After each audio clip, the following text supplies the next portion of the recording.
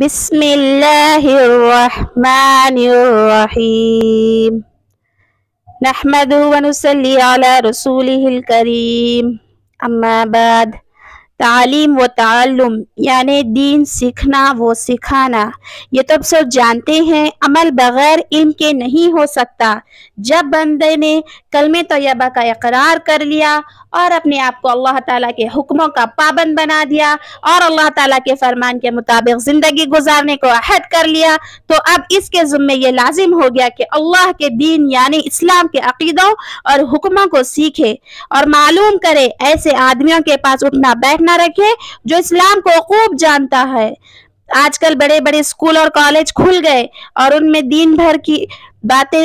دنیا بھر کی باتیں سکھائی جاتی ہیں اور ریسرچ کرائی جاتی ہے، مگر ان معلومات سے آدمی کو نہ اللہ تعالیٰ سے تعلق پیدا ہوتا ہے، نہ مرنے کے بعد پیش آنے والے حالات معلوم ہوتے ہیں، نہ وہاں کی تیاری کی فکر ہوتی ہے۔ 20 سال پڑھتے ہیں مگر دعائے خنوت اور الحمدللہ شریف بھی یاد نہیں ہوتی، اور کیسے یاد ہو جبکہ اسکولوں اور کالجوں کی اصلی غرض و غایت دینی تعلیم نہیں ہے۔ جب کسی نے دین نہ سیکھا اور نہ اس کے علاوہ ساری دنیا کی باتیں سیکھ لیں تو اللہ تعالیٰ کے نزدیک وہ علم فائدہ مند نہیں ہوگا۔ اللہ تعالیٰ کو وہی علم پسند ہے جو خدا تک پہنچائے اور انسان کو خدا کے حکموں پر چلائے، اور جس سے آخرت کی زندگی درست ہو جائے۔ دین کا اتنا علم حاصل کرنا جس سے اپنا دین درست ہو سکے، ہر مسلمان مرد عورت پر فرض ہے۔ نماز، روزہ، زکوٰۃ، حج، آپس کے معاملات، ذہن سہن اور کھانے پینے، اٹھنے بیٹھنے، سونے جاگنے اور ان کے علاوہ زندگی کی تمام حالتوں کے حکموں کو معلوم کرو جو قرآن و حدیث میں بتائے گئے ہیں۔ بہت سے مرد عورت بچپن میں دین سیکھتے نہیں اور بڑے ہو کر لحاظ کی وجہ سے نہیں پوچھتے اور عمر بھر جاہل رہتے ہیں اور اللہ تعالیٰ کے حکموں کے خلاف چلتے ہیں۔ ایسے لوگوں کو سمجھا کر دین سیکھنے پر آمادہ کرو اور خود بھی سیکھو۔ جن کی عمریں بڑی ہو گئیں ان کے دین سیکھنے کی ترکیب یہ ہے کہ روزانہ ورنہ کم سے کم ہفتے میں ایک روز مقرر کر کے پابندی کے ساتھ کسی مقررہ مکان میں گھر سے آ کر جمع ہوا کریں اور ایک دوسرے کو سیکھنے سکھانے میں لگ جائیں، دوسرے جایا کریں، زبانی تعلیم بھی کریں اور کتابی تعلیم بھی کریں۔ یہ ہے تعلیم کو کس طریقے سے پڑھا جائے۔ ہر کام کرنے کا کچھ نہ کچھ طریقہ اور اصول ہوتا ہے۔ جب ہم اس عظیم کام کو کر رہے ہیں تو اس کی بھی کچھ اصول اور آداب ہیں۔ اگر ہم ان اصولوں اور آداب کو اپنا کر تعلیم کریں گے تو تعلیم کا مزہ آئے گا اور فائدہ بھی ہوگا۔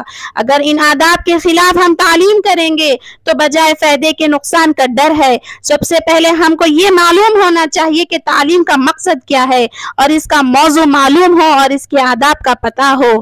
تعلیم کا مقصد کیا ہے؟ اللہ تعالیٰ کی رضامندی اور خوشنودی اس تعلیم کے ذریعے حاصل کرنا۔ اس مجلس کے 2 موضوع ہے۔ پہلا موضوع یہ ہے کہ فضائل اعمال کے ذریعے دل میں دین کی سچی طلب اور آخرت کی فکر پیدا کریں۔ اس کا دوسرا موضوع یہ ہے کہ وعدہ اور وعید کے ذریعے علم و عمل میں جوڑ پیدا کرے۔ اس مجلس کے 4 آداب ہے۔ پہلا ادب یہ ہے کہ کلام اور صاحب کلام کی عظمت کو دل میں لے کر سنیں کہ کلام اللہ کا ہے اور صاحب کلام ہم تک پہنچانے والے حضور اقدس صلی اللہ علیہ وسلم ہے، جن کی عزت کرنا اور احترام کرنا ضروری ہے، اور یہ بالکل نہ دیکھیں کہ پڑھنے والے کون ہیں۔ دوسرا ادب اس کا یہ ہے کہ توجہ اور دھیان کے ساتھ ہر ایک بات کو سنیں۔